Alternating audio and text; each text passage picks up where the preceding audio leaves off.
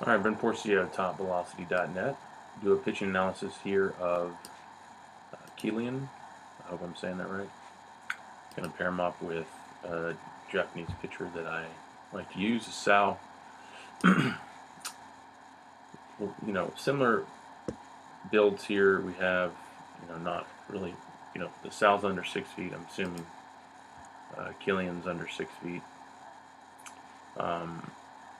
So I hope I'm close on this. Just kind of looking at the way y'all both move.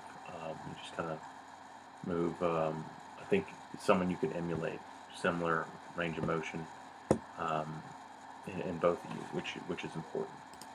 All right, so let's take Keilen to his leg lift. Let's take a Sal into his leg lift here.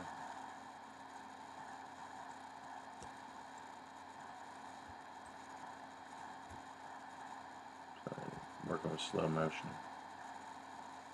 Okay.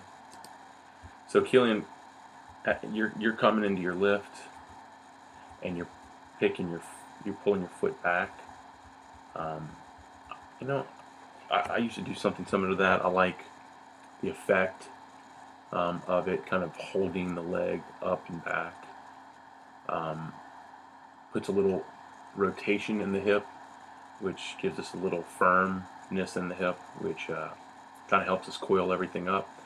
It's something that I'm getting better at understanding, what we call torsion. Torsion, of course, I've defined it through the core front foot strike, but torsion has to be in the body from the foot up. If we're going to create stability, which is so critical for a pitcher, just because we're working with a lot of ground reaction forces. So if we're going to move ground reaction forces through the body, we have to have stability. We have to be stable. We don't want those forces just shooting off randomly. We want to control it and convert it.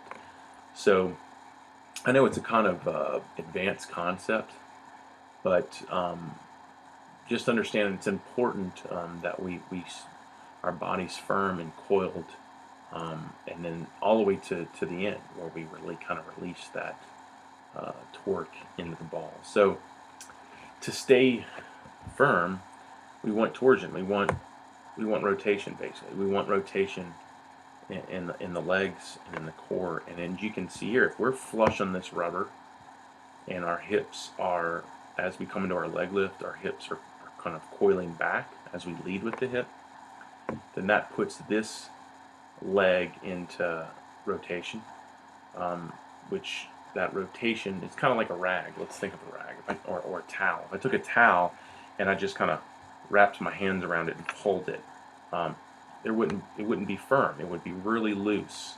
But if I twisted that towel as tight as I could, then it would almost be like a board. There would be some stability in it. So that's the point here. So we can see that, what you're doing with your leg lift is kind of rotating, or externally rotating that leg into your leg lift. That gives you some firmness or torsion in the leg. We see you're flush in the rubber with your hips as your lift leg, or your drive leg hip is, or your lift leg hip is leading, and you're flush in the rubber. You've got some twisting or rotation in that drive leg. So it's a good firm base. Like I said, this is kind of an advanced concept. I don't want you to get into it. It's something I'm really working to understand and perfect, because I really believe it's essential to being able to convert ground reaction forces. So look at us out. He's kind of the same here. I mean, a little bit less of that leg kick up like you, but you can see his foot is turned in really hard, which is creating that rotation in the leg to give him some tension or some torsion. He's still flush in the rubber here. His hips are definitely closed and coiling back to give more rotation in that drive leg, to give it some stability. Okay, so let's take Keilen down the mound.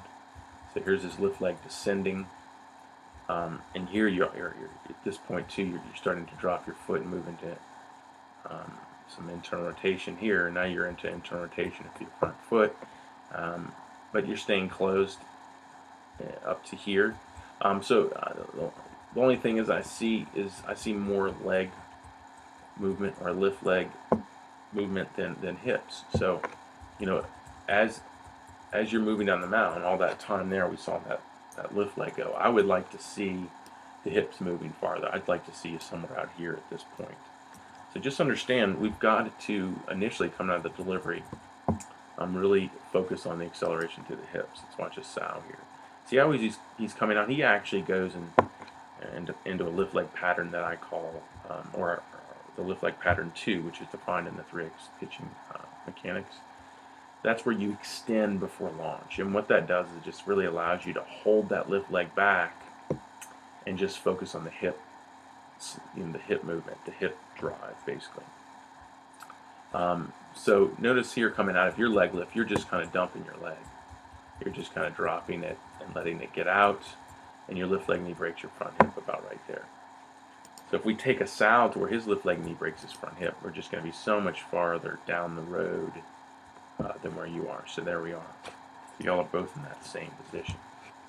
I'm not saying everyone has to move the same, but understand what a pitcher like a sow who can generate, upper 90s, understand what he's doing in his movements, and that's what we're just trying to do here. So if we look at those force vectors, and that's the angle of force when we start to peak force against this rubber back towards second base, where's that going to go?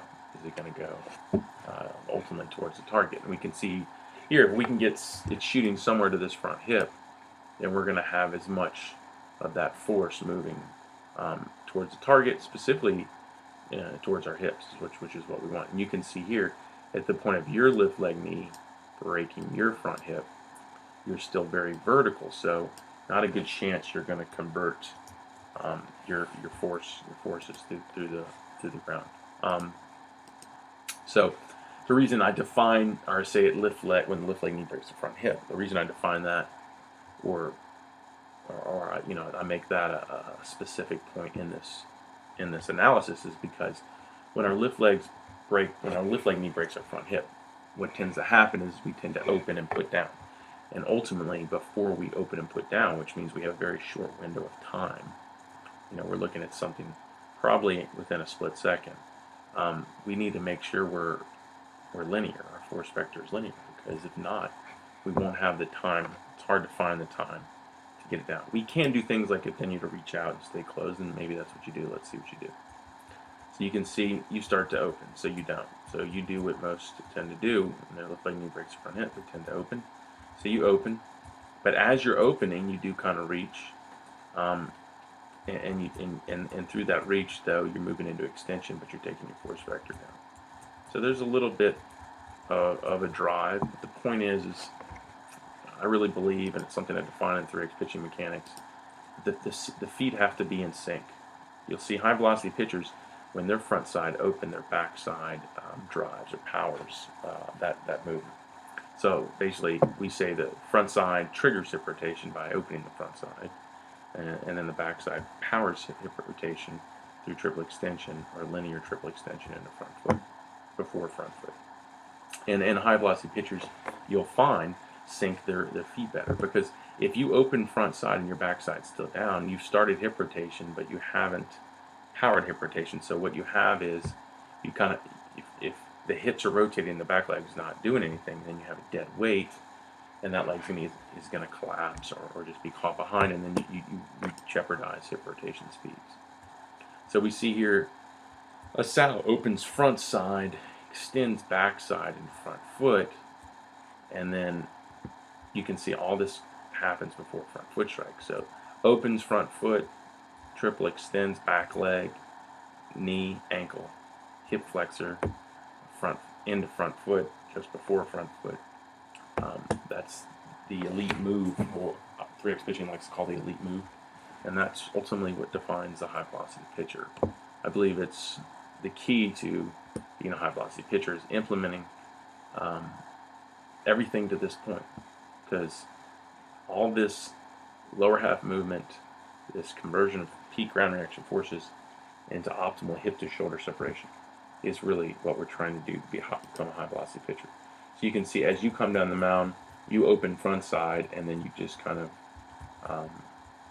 you give it, you open front side, you extend and continue to take the force vector down. You kick the ankle a little bit, and then you hit front foot, see how well you stabilize, and not great stabilization. We see a lot of lead knee movement, and the hips, I'd say, come through right there's where the hips come through. So you can see, before we can't measure hip to shoulder separation until this front leg stabilizes. So right there is where it's stabilized. Okay. At that point here is when you want to hit optimal hip to shoulder separation. So this point here, right where it stabilizes, that's when we want to be where Sal is. Look at his chin at this point. That chin is right with that belt buckle. If we come to you and we look at that chin is way out over your front side. So that letting that head get out early, which is studies have shown are linked to a low velocity pitcher. Low velocity pitchers tend to shift their heads too early. But it's not too bad, but it is. Sorry, I keep moving this. It's not too bad or too early of a shift, but it's enough to start shoulder rotation a little too early. So your front leg stabilizes right here. Your head pushes out at the same time, and it's not bad hip to shoulder separation. It's just that ultimately you get a lot more. Also, too, it's really dark in here. I can't see where your hips are. It looks like your hips, even though you stabilize right here, it looks like your hips are still opening. Hard to tell. But ultimately it comes down to, if you did a better job of when you open front side, you kick and power your back side a little bit quicker. Because what you're doing is you're opening your hips right here, and you're not ready. So your hips are open, and then 3 frames later, then you start to drive them through.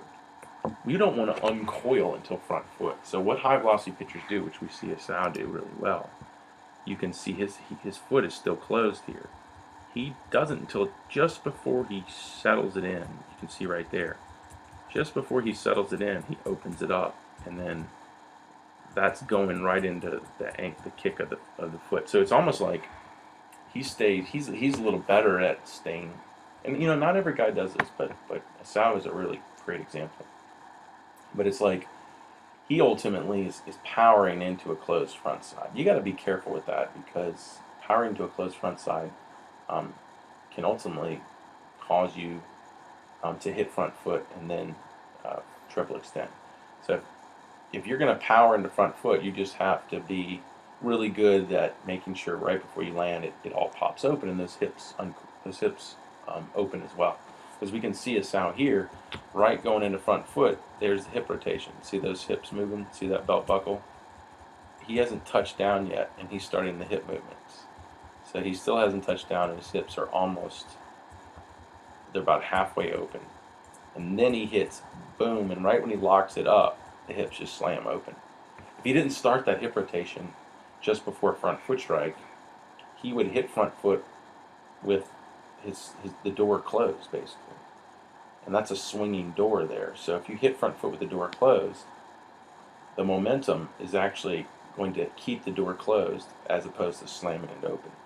If you just started to open that door going into front foot, and then you hit front foot, it would completely fly that door open. So that's the point here. And then the thing is what you're doing is you're trying to open your door early, and then you're powering late, and you get your door to open, but it just doesn't have the force behind it. So the key is we don't want to open the door too late, but we don't want to open it too early. The peak moment is just before front foot strike, because that's when it will slam completely open or fly completely open. So that's the timing of it, which is tough. I mean, that's something that not only do you have to understand the positionings, the timing, and the speeds of everything. Well, I guess let's say you don't have. It's not just good enough to understand the timing and the force behind it, but it's God, I keep screwing this up. It's not enough to understand the positioning and then the movement or the speed of the movement, but when those things occur. So that's the timing. All right. So, but you're not too far, and ultimately you would take, and see, here's your problem now. See this high elbow here, because your timing's off. Right when your lift leg knee breaks your front hip. So your front side's opening, and then 3 frames later, you're powering your backside, because what that does is it slows your stride down. Your arm is cocking now. Your arm is ready to cock now, but it keeps going into this inverted L here, which is really hard on your rotator cuff. You're kind of like you look like Jason Mott here, who's had arm injury because of this. Your elbow's getting up and behind your head because you're taking too long powering your backside, or you opened your front side too early, or that initial movement down the mound, your hips were just kind of they were just slow. They were moving too slow. You need to get your hips moving faster. So you definitely have some stride acceleration issues, stride speed issues, and ultimately the timing of when we do open those hips. And your arm's just trying to wait, and it's getting caught, tucked way up by your ear, which is really hard on your arm. And to me, it's just a sign of the the lack of speed and the correct timing in your lower half. So you hit front foot, and it's ready to cock, and it's cocking right. I mean, your the timing of your arm and front foot is right. It's just the timing of your hips is the problem. So I think if you can fix the lower half and get better at timing everything in the front foot, and then feeling the arm cocking, actually, or not having to get up so early and cock right when it gets into about this position here. So where it is right here, you should be next frame down, but you're 2 frames later down, and I'm causing your elbow to get too high in that inverted L, probably. All right, so when you fix all that, you should get hips open here and still be in some better hip shoulder separation. So look at the Sal here. So his hips are open here, and he's still closed, chin behind belt buckle, low cock position. Your cock position it's a little high. Definitely your head is pushed out too far, and all those, which came from what we were talking about. So not bad, but not bad. So let's see how this converts for you. So you can see when you went from this, and this is probably what it's showing. This is probably where your hips have opened. So you really don't have much hip to shoulder separation, but because you were a little late getting the hips through, you had some good hip to shoulder separation going into that, but because you're a little late getting your hips through, we didn't build as much torque through the core and generate as an acceleration in shoulder speeds. The arm does stay back because it was closed off. So you do start to move an external rotation behind the head, which is what ideal, which we see a Sal do here. And he starts off, it starts off behind the head, but then it continues to push out a little bit, but he's starting to go into external rotation. So his point of optimal external rotation is there. Your point of optimal external rotation is here. And you can see it's just obviously something went wrong, because this is where we want to be 180. High velocity pitchers, when they get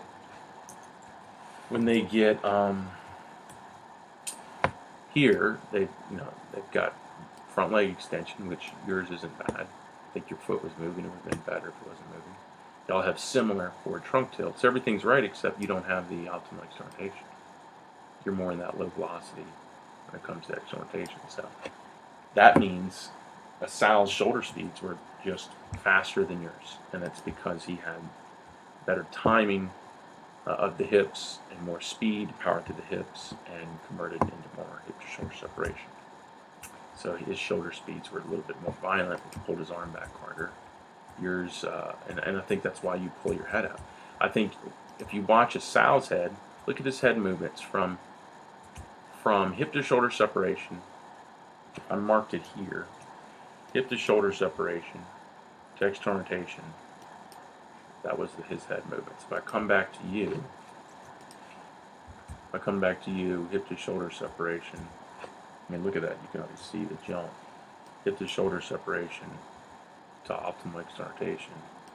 I mean, big movement forward of your head. We don't want that, because that's what's killing. That's also killing your external rotation. I mean, all you have to do is take your arm up, lay it back into 180 and then throw your head forward and watch what does the arm and makes you throw the ball. So you're at the point we want to get this layback, this optimal external rotation. We want to get the arm loading back hard while we peak forces through the front side. And the only way that's going to happen is through what we call this chin tuck, which is part of Drake's pitching mechanics guides too.